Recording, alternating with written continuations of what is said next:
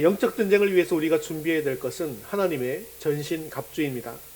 그래서 지금까지 우리는 앞에 세 가지를 살펴보았는데요. 그것은 진리의 허리띠, 의의 호심경, 그리고 평안의 복음이 준비한 신이었습니다.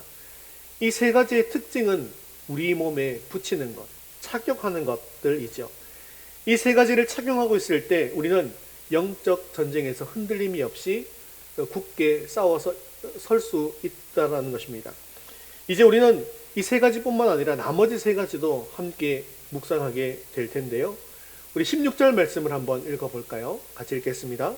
모든 것 위에 믿음의 방패를 가지고 이로써 능히 악한 자의 모든 불화살을 소멸하고. 아멘. 오늘 본문은 모든 것 위에로 시작합니다.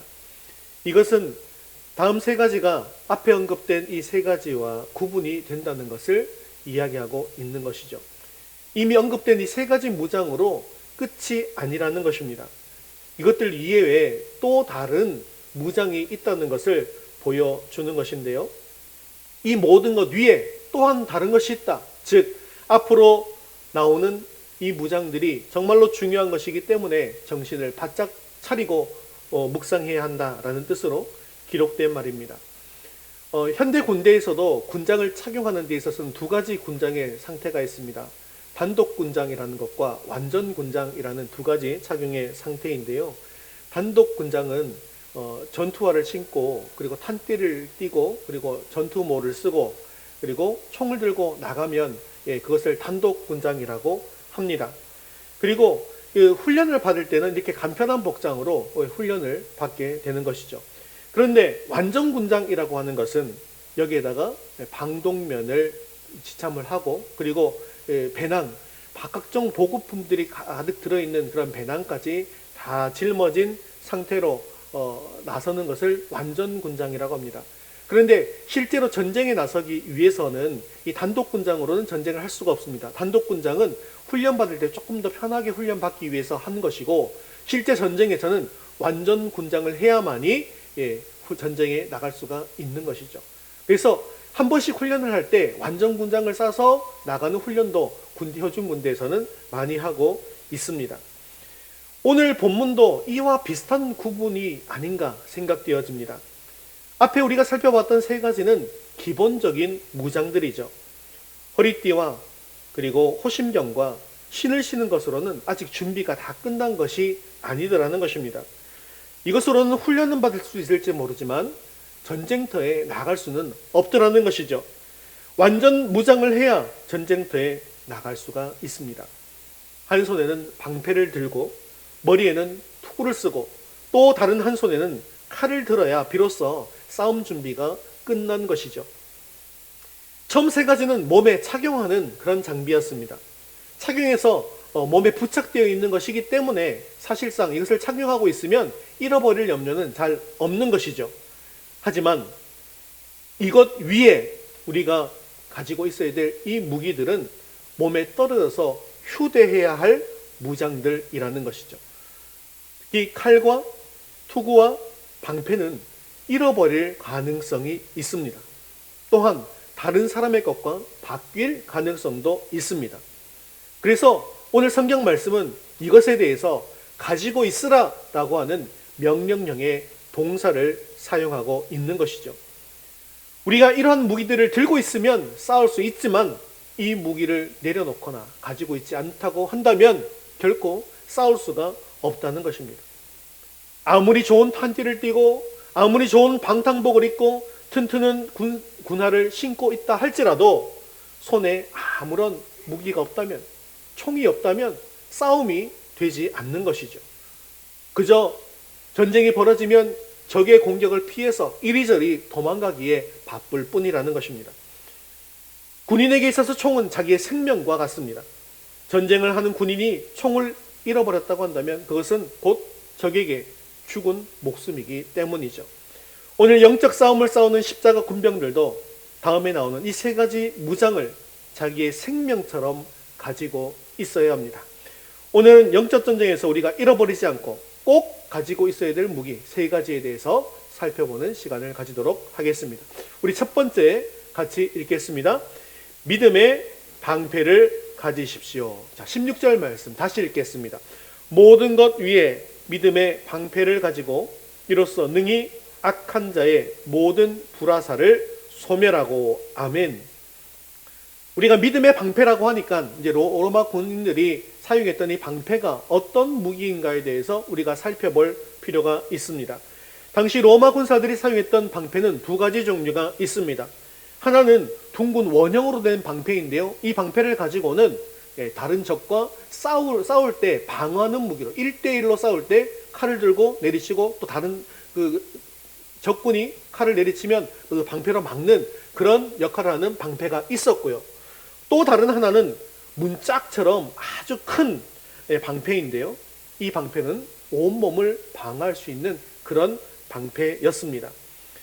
오늘 본문의 이 방패라고 하는 것은 둥근 방패가 아니라 이 문짝처럼 큰 네모난 방패를 의미합니다.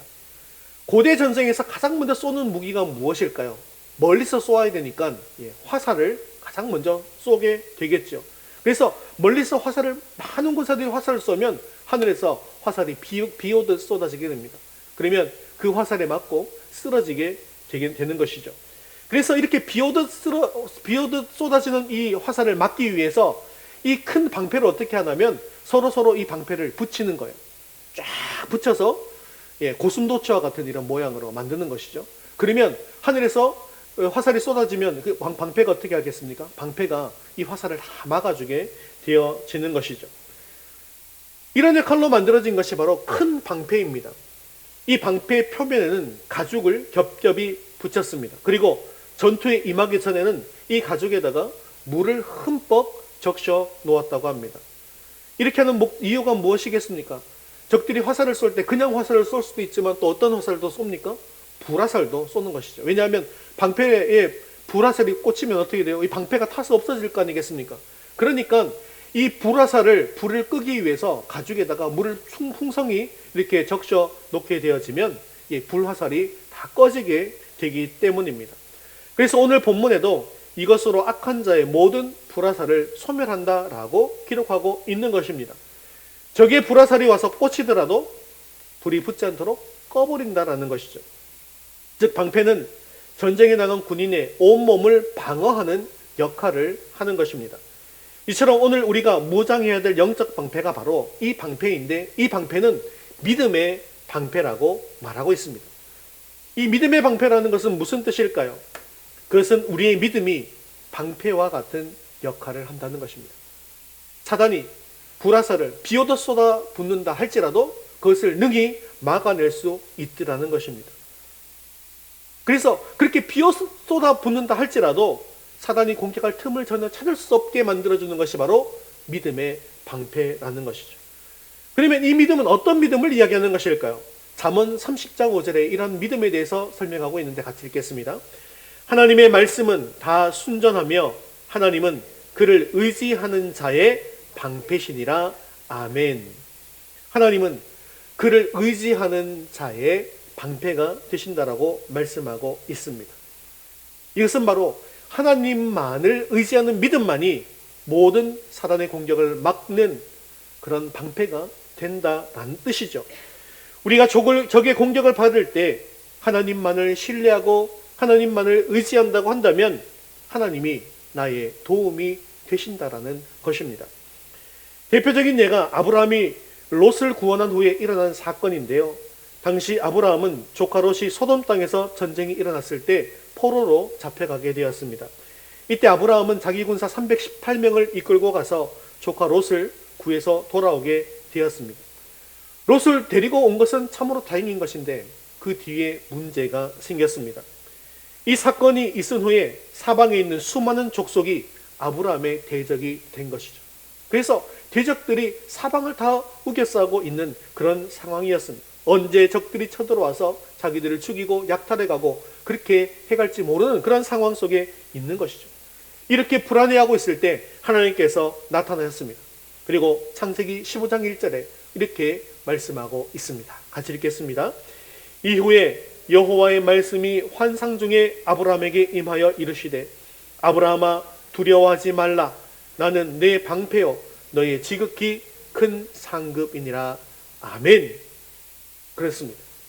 내 주변에 아무리 많은 대적이, 아무리 강한 대적이 쫙 빨렸다 할지라도 두려워하지 말라는 것입니다. 왜 그렇습니까? 그들이 아무리 공격한다 할지라도 하나님이 바로 우리의 방패가 되어주시기 때문입니다. 아무리 두려운 대적들이 공격해온다 할지라도 하나님만 신뢰하고 하나님만 의지하면 된다는 것입니다.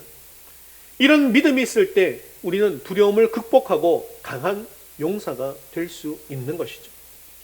그런데 우리는 대적들이 공격할 때 우리 이 믿음의 방패를 가지고 있음에도 불구하고 사용하지 않는 경향이 있더라는 것이죠. 나의 경험과 나의 능력을 방패로 사용하려고 하더라는 것입니다. 그런데 그 방패는 완전한 것이 아니기에 화살 한두 개는 막을지를 몰라도 비와 같이 쏟아지는 화살, 불화살은 결코 막을 수가 없더라는 것이죠. 그래서 내가 할 수 있는 모든 노력들을 다 써버리고 결국 아무것도 할 수 없을 때가 돼서야 그제서야 비로소 하나님을 찾게 되더라는 것입니다. 그러다 보면 내가 가지고 있던 소중한 것들을 다 잃어버리기도 하더라는 것입니다. 하지만 우리는 믿음의 방패를 이미 가지고 있습니다. 더 늦기 전에 이 믿음의 방패를 들고 사용할 수 있게 되어지기를 바랍니다. 그러면 어떤 믿음을 가지는 것이 하나님을 내 삶의 방패로 삼을 수 있는 것일까요? 첫째는 모든 일이 하나님의 선한 계획과 섭리 가운데 일어난 것임을 믿는 믿음을 가지는 것입니다.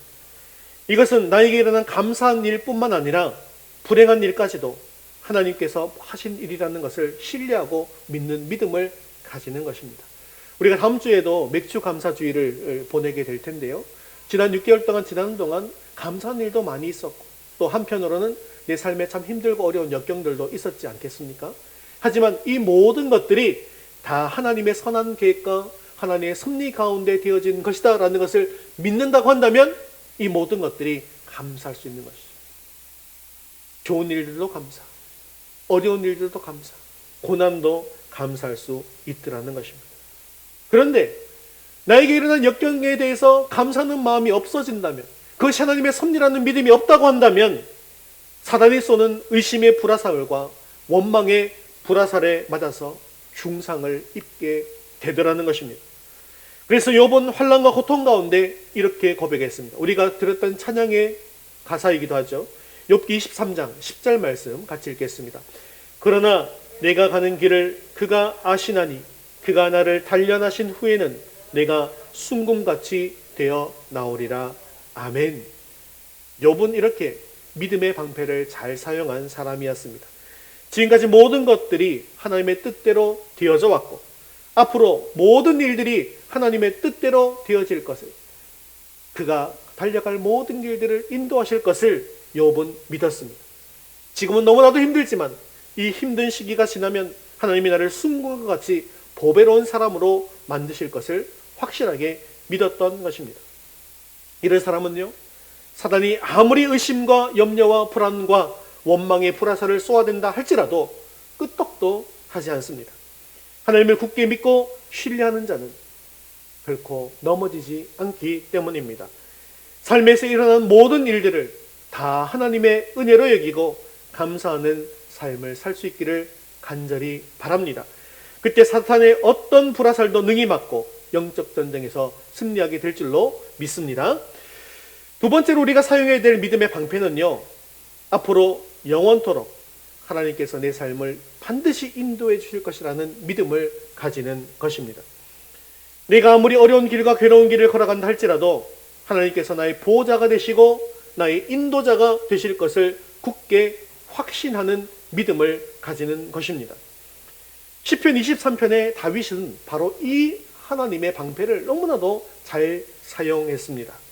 다윗은 사망의 음침한 골짜기로 다닐지라도 해를 두려워하지 않을 것은 주께서 나와 함께 하시기 때문이라고 고백하지 않습니까? 아무리 힘든 고난의 길을 걸어간다 할지라도 주님과 함께 있다고 하는 확신을 가진다고 한다면 거뜬히 그 길을 걸어갈 수 있게 되어집니다. 왜냐하면 하나님은 우리의 피난처가 되시고 환난 날에 만날 큰 도움이 되시기 때문입니다. 사단은 과거에 이미 일어난 일로 원망과 불신의 불화살을 우리에게 쏘아댈 것입니다. 또한 사단은 현재 일어난 일과 미래에 일어나지 않은 일로 우리에게 의심과 염려와 불안의 불화살을 쏘아댈 것입니다. 의심과 불안이 우리 가운데 도사리기 시작되면요, 하나님을 향한 신뢰가 단순간에 무너지게 되어집니다. 심지어는 우리의 신앙까지도 무너지는 경우들을 심심치 않게 볼 수가 있습니다. 과거에 이미 일어난 일에 대해서도 모든 일에 하나님의 뜻이 있음을 기억하고 신뢰하고 감사하는 삶을 살 수 있기를 바랍니다. 그리고 현재 일어나고 있는 참으로 힘들고 어려운 일에는요, 지금의 이 연단이 끝나고 난 뒤에는 순금과 같이 보배로운 하나님의 백성이 될 것을 믿고 주님께 예배하는 믿음의 방패를 사용하시기를 바랍니다. 앞으로 일어날 일에 대한 염려와 불안이 있다고 한다면 주께서 나와 언제나 함께 하실 것을 확신하는 믿음의 방패를 사용하시기를 바랍니다. 그럴 때 우리는 이 믿음을 가지고 세상을 능히 이길 수 있습니다. 이 믿음에 대해서 요한일서 5장 4절은 우리에게 이렇게 말씀하고 있습니다. 함께 읽겠습니다. 무릇 하나님께로부터 난 자마다 세상을 이기느니라. 세상을 이기는 승리는 이것이니 우리의 믿음이니라. 아멘. 사랑하는 성도 여러분, 우리의 손에 이 믿음의 방패가 있는지를 확인해 보시기를 바랍니다. 하나님은 자기를 신뢰하고 의지하는 자의 방패가 되시는 분이십니다. 만약 여러분이 하나님을 진실하게 믿고 하나님을 간절하게 의지한다고 한다면 하나님은 여러분들의 도움이 되실 것입니다. 오늘도 믿음의 방패를 굳게 붙잡고 영적 전쟁터에서 우리 앞서 행하시고 대신 싸우시는 살아계신 하나님을 경험하는 저와 여러분 될 수 있기를 주님의 이름으로 축원합니다. 두 번째 같이 읽겠습니다. 구원의 투구를 가지십시오. 17절 말씀 같이 읽겠습니다. 구원의 투구와 성령의 검 곧 하나님의 말씀을 가지라. 영적 전쟁에서 두 번째로 가지고 있어야 할 무장은 바로 구원의 투구입니다. 로마 병사들의 이 투구는요, 가죽으로 만든 모자에 금속판이나 금속 조각들을 붙이고 장식용 깃털을 꽂은 것이었습니다. 이렇게 튼튼한 재료를 사용한 이유는 바로 중요한 머리를 보호하기 위한 것이었죠. 머리는 인체 중에서 가장 중요한 부분입니다.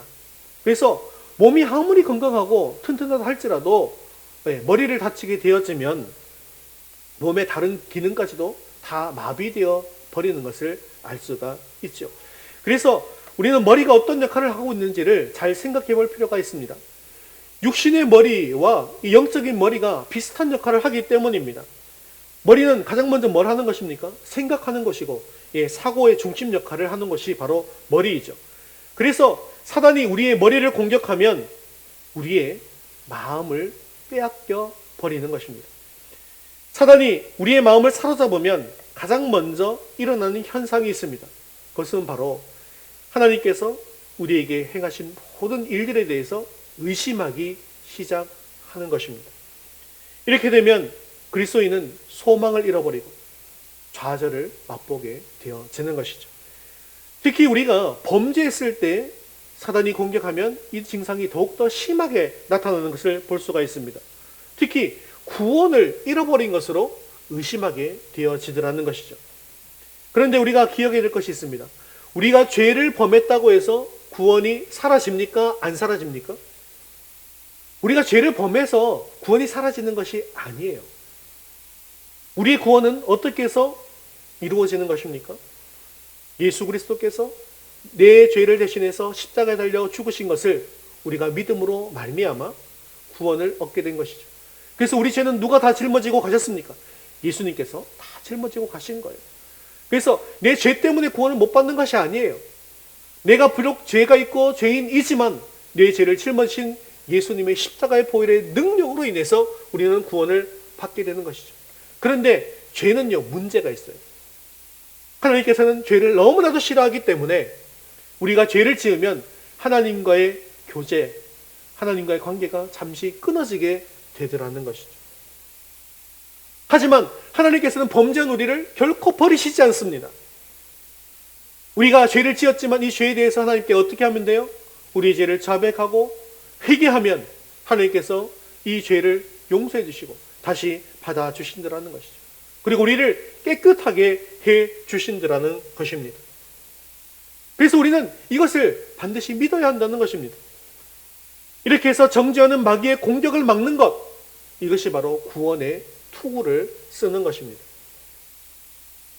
머리의 두 번째 역할은 몸의 다른 부분들을 통제하는 역할을 하는 것이죠. 그래서 머리가 생각하고 명령하면 우리의 몸은 반응해서 그렇게 행동을 하게 되어지는 것입니다. 그런데 머리가 치명상을 입게 되어지면 어떻게 됩니까? 몸이 움직이질 않죠. 머리로는 내가 손을 들어서 움직이게 될 것 같은데, 머리로는 내가 다리를 써서 걸을 수 있을 것 같은데, 머리가 치명상을 입었기 때문에 움직이지를 못하게 되더라는 것입니다. 그런데 이것은 영적으로도 마찬가지입니다. 생각은 하는데 몸이 말을 듣지 않는 것입니다. 내 마음에 원하는 대로 몸이 움직여지지를 않더라는 것이죠. 그러다 보니까 계속 삶은 황폐해지고 삶은 무너지게 되어집니다. 이래서는 안 된다라고 생각은 하지만 그 속에 빠져서 좀처럼 헤어날 수 없는 상태가 되어버린다는 것이죠. 사실 머리가 다치게 돼서 몸을 움직이지 못하는 것을 우리는 식물인간이라고 하는데요. 영적으로 공격받아서 이렇게 치명상을 입게 되어지면 영적인 식물인간이 되어지는 것입니다. 그래서 영적인 삶의 많은 부분들이 마비가 되어지는 것이죠. 죄를 지었는데 회개가 안 되는 거예요. 주를 위해서 봉사하고 섬겨야 되는데 주를 위해서 봉사하고 섬기는 것이 안 되는 것입니다. 예배도 잘 안 되는 것이죠. 기도해야 되는지 알면서도 기도하지 못하는 것입니다. 마음으로는 내가 이래서는 안 되는데, 내가 주의 일을 감당해야 하는데 라고 생각하고는 있지만, 말은 하지만 몸이 말을 듣지 않는 것입니다. 어떨 때는 결단하고 다짐도 해봅니다. 하지만 변하는 것이 전혀 없는 삶이 바로 영적인 식물인간이 되어져 버린 것입니다. 마귀가 이렇게 공격하는 것이에요. 세 번째로 머리를 공격받으면 나타나는 현상이 있어요. 또 머리를 탁 심하게 다쳤을 때 드라마에서 많이 보잖아요. 이런 것들은. 기억을 잃어버리게 되어지는 것입니다. 즉 마귀의 머리를 공격받아서 내가 구원받은 하나님의 백성이라는 사실을 잊어버리는 것입니다. 구원에 대한 감격도 잊어버리고 심지어는 구원의 확신까지도 잊어버리는 경우가 많더라는 것입니다.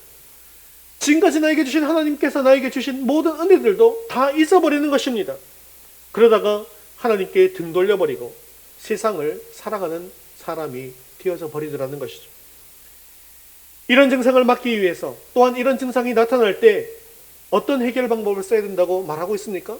무엇을 쓰라고요? 구원의 투구를 쓰라고 하는 것입니다. 투구는 투구인데 구원의 투구라고 했습니다.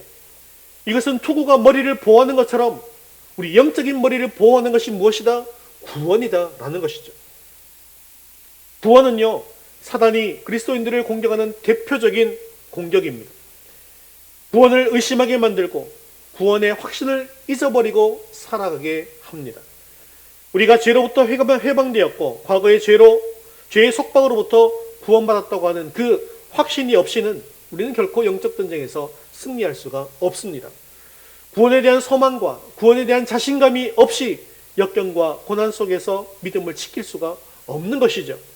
그러므로 구원에 대한 자신감, 정죄받지 않는 그런 마음이야말로 승리의 비결이 되어지는 것입니다. 그러기 위해서 우리는 늘 구원의 확신을 가지고 있으셔야 합니다. 하나님께서 우리의 구원을 이루시고 구원을 완성하실 거라는 확신을 가지는 것입니다. 제가 늘 많은 분들에게 여쭤봐요. 여러분들은 지금 예배를 마치고 돌아가다가 혹시 쓰러져서 죽게 되어지면 천국 가실 수 있습니까? 혹시 내가 천국 가실 수 없다고 생각하면 손 들어보세요. 그러면요, 100분이 계시면 그 중에서 한 10분은 손을 드신다니까요. 내가 여태까지 죄를 너무 많이 지었어요. 지금도 죄를 지어서 죄인이라 구원받을 수 없어요. 그런데 그런 생각을 가지고 있으면 구원의 확신이 없는 것이죠. 그런데 지금 내가 죄를 지었다 할지라도 그 죄에 대해서는 누가 이미 다 짊어지셨습니까? 예수 그리스도께서 다 짊어지셨습니다. 우리는 하나님 앞에 내가 지은 죄에 대해서 고백하기만 하면 주님께서 완전하게 깨끗하게 치유해 주시더라는 것이죠. 이것이 바로 구원의 확신입니다. 또한 구원의 감격이라는 것이 있는데요. 이것은 구원의 확신과는 조금 다른 것입니다. 구원에 대한 분명한 확신은 가지고 있는데 구원의 감격이 없이 사는 분들도 은근히 많더라는 것이죠. 구원의 감격을 잃어버린 채로 계속 살다 보면 나중에는요, 구원의 확신까지도 희미해지는 경우가 있습니다. 그렇기 때문에 우리는 이 구원의 감격에 대해서도 늘 확신하며 회복하는 삶을 사셔야 합니다. 그래서 우리가 예배를 드릴 때마다 나를 구원하신 예수님에 대한 그 감격을 가지고 있어야 돼요. 예수님의 그 십자가의 능력에 대한 감격이 있어야 합니다. 우리가 찬양을 드릴 때도 그냥 가사만 이렇게 읊조리는 것이 아니라 그 찬양 속에 들어있는 그 구원의 감격을 가지고 찬양을 푹 받친 가슴을 가지고 찬양을 드리셔야 한다는 것이죠. 이렇게 예배를 드릴 때마다 하나님을 만나는 것, 그것이 바로 적극적으로 구원의 투구를 쓰는 것입니다. 인간에게는 언제나 죽음의 공포가 있고 세상적인 유혹이 있고 성공에 대한 욕망이 있습니다. 바로 이런 것들이 우리의 믿음을 치명적으로 위협하고 믿음의 길을 걸어갈 수 없도록 마귀가 공격하는 것입니다.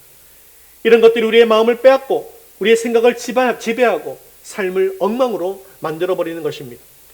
이럴 때 우리가 무장해야 될 영적 무기가 바로 구원의 투구를 쓰는 것입니다. 우리가 받은 구원에 대한 확신과 자신감을 가지고 마귀와 대적하는 삶을 사는 것입니다. 사랑하는 성도 여러분, 매일매일 하나님을 만나시기를 바랍니다. 우리에게 생명을 주시고 소망을 주시는 하나님을 만남으로 말미암아 구원의 투구를 견고하게 쓰고 마귀의 그 어떤 공격에도 무너지지 않는 강한 용사가 될 수 있게 되어지기를 주님의 이름으로 축원합니다. 우리 세 번째 같이 읽겠습니다. 성령의 검을 가지십시오. 17절 하반절 말씀 같이 읽겠습니다. 성령의 검, 곧 하나님의 말씀을 가지라. 아멘. 마지막으로 우리가 가지고 할 무기는 바로 성령의 검입니다. 오늘 말씀은 이 성령의 검이 곧 하나님의 말씀이다 라고 명확하게 주석을 하고 있습니다. 이것은 하나님의 전신갑주 가운데 유일한 공격용 무기입니다. 그런데 칼은요, 실제로 공격용으로만 쓰인 것은 아니죠. 근데 칼싸움을 하는 것을 보면 칼으로 공격을 하기도 하지만 상대방의 칼을 이렇게 쓰면 우리도 그 칼로 맞기도 하잖아요. 그래서 칼은 양날의 검을 가지고 있는 것입니다. 공격도 하기도 하지만 방어를 하기도 하더라는 것이죠. 오늘 말씀은 성령의 검, 즉 성령께서 주시는 하나님의 말씀을 가지라고 하고 있습니다. 즉 성령께서 주시는 말씀이 우리를 방어하기도 하고 적을 향해서 공격하기도 하는 양날의 검이 된다는 것입니다. 성령께서 우리에게 어떻게 말씀을 주십니까? 하나님의 말씀은 성령의 감동하심을 받은 사람들로 인해서 기록되었습니다. 그래서 성경은 사람들이 기록하기는 했지만 단순히 인간의 말이 아니라 하나님의 감동으로 된 말씀, 즉 하나님의 말씀입니다. 성령께서 성경의 저자가 된다는 뜻이죠. 성경의 저자가 되신 성령께서 오늘 저와 여러분들에게 말씀을 주시고 계십니다. 그러면 성령께서는 우리에게 어떻게 말씀을 주실까요? 성령께서는 첫째로 그 말씀을 기억하게 해주신다라고 요한복음 14장 26절은 기록하고 있습니다. 같이 읽겠습니다. 보혜사 곧 아버지께서 내 이름으로 보내실 성령, 그가 너희에게 모든 것을 가르치고 내가 너희에게 말한 모든 것을 생각나게 하리라. 아멘. 우리가 말씀을 듣고 말씀을 읽고 난 뒤에 곧잘 잊어버리기도 합니다. 그런데 성령께서 우리를 가르치셨고요. 그리고 우리가 배웠습니다. 그런데 잊어버릴 때가 있죠. 하지만 염려할 것이 없습니다. 성령께서 필요한 때 적절한 말씀을 기억나게 하셔서 위기를 극복할 수 있도록 역사할 것이기 때문입니다. 두 번째는 성령께서 말씀을 깨닫게 해주신다는 것이에요. 이것은 성령께서 깨닫게 해주시는 그 말씀이 바로 우리에게 있어서 영적인 무기가 된다는 뜻입니다. 성령만이 하나님의 말씀을 정확하게 해석하고 이해하고 올바르게 사용할 수 있도록 해주시는 것입니다. 이것은 단지 지식적으로 알고 있는 말씀을 뜻하는 것이 아닙니다. 성령께서 내 안에 역사하셔서 가슴으로 받아들인 그 말씀, 내 삶에 있어서 열매 맺은 그 말씀을 이야기하는 것입니다. 이 말씀에 생명이 있고 이 말씀에 능력이 있는 것이죠. 또한 하나님의 말씀은 마귀의 공격으로 무력해진 우리의 죄를 깨닫게 해주십니다. 그리고 삶을 변화시키는 능력이 있습니다. 하나님의 백성인 우리에게 소망을 주고 또한 힘을 주십니다. 그렇기 때문에 우리가 무기력해졌다고 느꼈을 때, 내가 죄로 인해서 공격받고 있다고 느꼈을 때 항상 기억해야 할 것은 하나님의 말씀을 붙잡는 것입니다. 하나님의 말씀을 제대로 붙잡을 때 참된 승리가 있고 참된 변화가 있고 참된 능력이 있는 것입니다. 그런데 어려움이 닥쳐왔을 때 말씀을 붙잡기보다 이적과 기적을 더욱더 바라고 붙잡으려고 하는 분들도 계시는데요. 이 기적과 표적, 이적 이런 것들은요, 하나님의 전신갑주가 맞습니까? 아닙니까? 우리가 배우는 하나님의 전신갑주가 아닙니다. 그렇기 때문에 이것을 붙잡는 것은 바람직한 것이 아닙니다. 기적과 이적은 특별한 때에 정말 특별한 방법으로 나에게 주어지는 거예요. 그래서 그 기적으로 확신을 가질 수 있게 되겠지만 일반적으로 주어진 것은 아니라는 거예요. 왜 그렇습니까? 기적을 보았다고 해서 또한 항상 승리하는 것도 아니기 때문입니다. 여러분, 출애굽한 이스라엘 백성들을 한번 생각해 보십시오. 정말 단체로 그렇게 많은 사람들이 하나님의 기적을 체험한 경우는 그 경우밖에는 없을 것입니다. 그들은 모세를 통해서 이집트 땅에 내려진 10가지 재앙을, 그 재앙의 기적을 다 체험한 사람들입니다. 그뿐만 아닙니다. 출애굽하면서 홍해가 갈라지는 기적을 다 체험했습니다. 그뿐만 아니죠. 물이 없을 때 반석을 쳐서 물이 나오게 했고, 그 물로 인해서 200만, 300만의 사람들이 다 마시는 것을 보았습니다. 매일매일 하늘에서 내려오는 만나와 메추라기를 먹었던, 기적을 체험했던 사람들이었습니다. 그런데 그들이 과연 믿음 위에 굳게 서서 진리를 따라서 살게 되었을까요? 아니지 않습니까? 그들이 한 행동을 보면 항상 원망하고 불평했고, 심지어는 모세와 아론을 대적하고 하나님을 대적했지 않습니까? 그래서 결국 여호수아와 갈렙을 제외한 모든 사람들이 광야에서 심판을 받아서 죽게 되었고, 약속의 땅 가나안에 들어가지 못했습니다. 표적과 이적은요, 잠시 동안 충격을 받아서 잠시 동안의 변화는 있을 줄 모릅니다. 하지만 내 삶을 근본적으로 바꿀 수 있는 능력은 없는 것이죠. 정말 우리 마음에 변화가 일어나고 삶이 새롭게 되어지는 것은 바로 하나님의 말씀이 선포되어지고 그 말씀을 우리의 심령에 새길 때 일어나게 되어지는 것을 기억하시기를 바랍니다. 이러한 성령의 검을 가지기 위해서는 우리는 말씀으로 훈련받아야 합니다. 하나님의 말씀으로 인해서 하나님의 뜻을 분별하고 그 말씀을 삶에 적용할 수 있는 그런 훈련이 되어야 한다는 것이죠. 그러므로 하나님의 말씀을 늘 알기 위해 애쓰는 여러분 될 수 있기를 바랍니다. 이것을 위해서 우리가 연초에 테필린 복음을 가정에서 선포하자고 여러분들 말씀을 드렸고, 아마 연초에는 좀 하시다가 지금은 안 하고 있을지 모르겠습니다. 이제 하반기가 시작되잖아요. 다시 새로운 마음을 가지고 가정에서 테필린 복음을 선포할 수 있게 되어지기를 바랍니다. 테필린 복음을 선포하는 것이 중요한 이유가 있어요.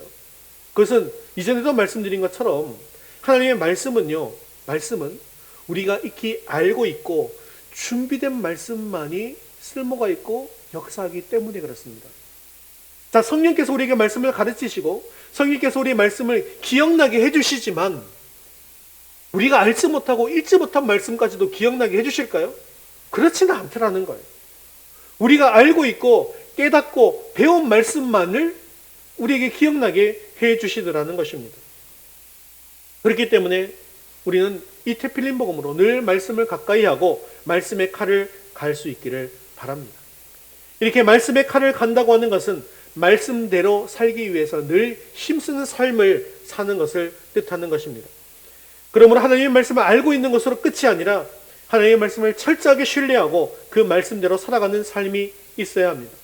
그때 하나님의 말씀이 우리에게 능력이 되어지는 것이죠. 이렇게 말씀에 순종해서 내가 체험한 말씀은 평생 잊을 수 없는 능력의 말씀이 되어지는 것입니다. 그리고 그 말씀은 이미 경험한 말씀이기 때문에 어떤 마귀의 유혹이라 할지라도 끄떡없는 믿음의 용사로 세워지게 되어지는 것입니다. 또한 내가 체험한 이 말씀은요, 복음이 필요한 사람들에게 있어서 복음을 받아들일 수 있는 능력의 말씀이 되게 되어지고 그 복음으로 인해서 생명이 전파되게 되어지는 것입니다. 성경을 읽지 않는 사람은 칼없이 전쟁터에 나가는 어리석은 사람과 같습니다. 우리는 우리 자신의 힘과 능력이나 생각으로 마귀와 싸워서는 결코 안 됩니다. 우리의 싸움은 영적인 싸움이기 때문입니다. 우리 모두가 성령께서 기억나게 하시고 깨닫게 하시는 능력의 말씀으로 온갖 마귀의 공격을 무너뜨리고 생명의 역사가 일어나는 은혜가 임할 수 있게 되어지기를 주님의 이름으로 축원합니다. 말씀을 맺겠습니다. 오늘도 우리는 전쟁 가운데 살아가고 있습니다. 이것은 영적인 전쟁이기에 무뎌진 우리의 마음속에는 마귀가 공격하는 칼이 보이지 않고 총성이 들리지 않을 수도 있습니다. 그러다 보니 마음 편하게 총도 칼도 다 내려놓고 투구도 벗어버리고 방패도 내려놓고 신발도 벗어버리고 호심경과 허리띠도 풀어놓은 채 편하게 휴식을 취하고 있을지도 모릅니다. 그러나 우리의 대적 마귀는 쉬지 않고 우리를 끊임없이 공격하려 든다는 사실을 잊지 마시기를 바랍니다. 하나님께서는 우리가 마귀와 싸워 이길 수 있는 하나님의 전신갑주를 이미 다 준비해 두셨습니다. 이제 우리는 이것을 취해서 입고 가지기만 하면 된다는 것이죠. 진리의 허리띠와 의의 호심경 그리고 평안히 복음이 준비한 신을 신으십시오. 그리고 그 모든 것 위에 믿음의 방패를 가지고 구원의 투구를 가지고 성령의 검을 가지고 마귀와 싸우시기를 바랍니다. 우리 모두가 늘 정신을 차리시고 단단히 무장해서 이 영적 싸움에서 승리하는 저와 여러분 될 수 있기를 주님의 이름으로 축원합니다.